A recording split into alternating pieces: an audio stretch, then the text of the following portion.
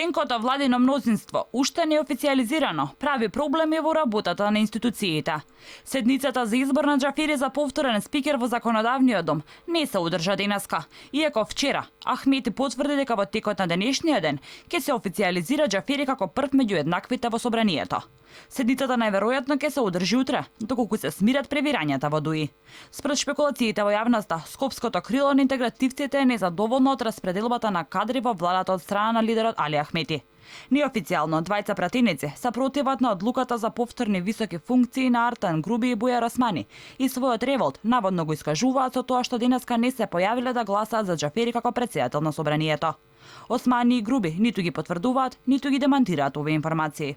Медиумите веќе пишуваат дека наводно Изет Меджити и Арбен Зибери не присуствувале на состанокот вчера со кој раководеше Ахмети. Високи представници на ДУИ и јавно реагираат за поделбата на ресорите.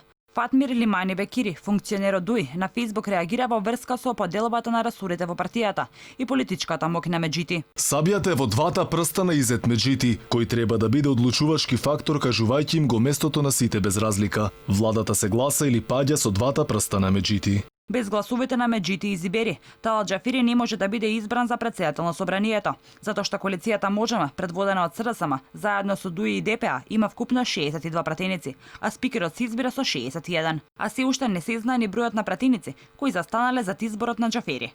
За проблемите со закажувањето на седницата заради тенкото мнозинство, од СДСМ рекоа дека проблемот не бил во ДУИ, но нема одговор зошто не се закажува седницата, иако се најавуваше уште од синоќа.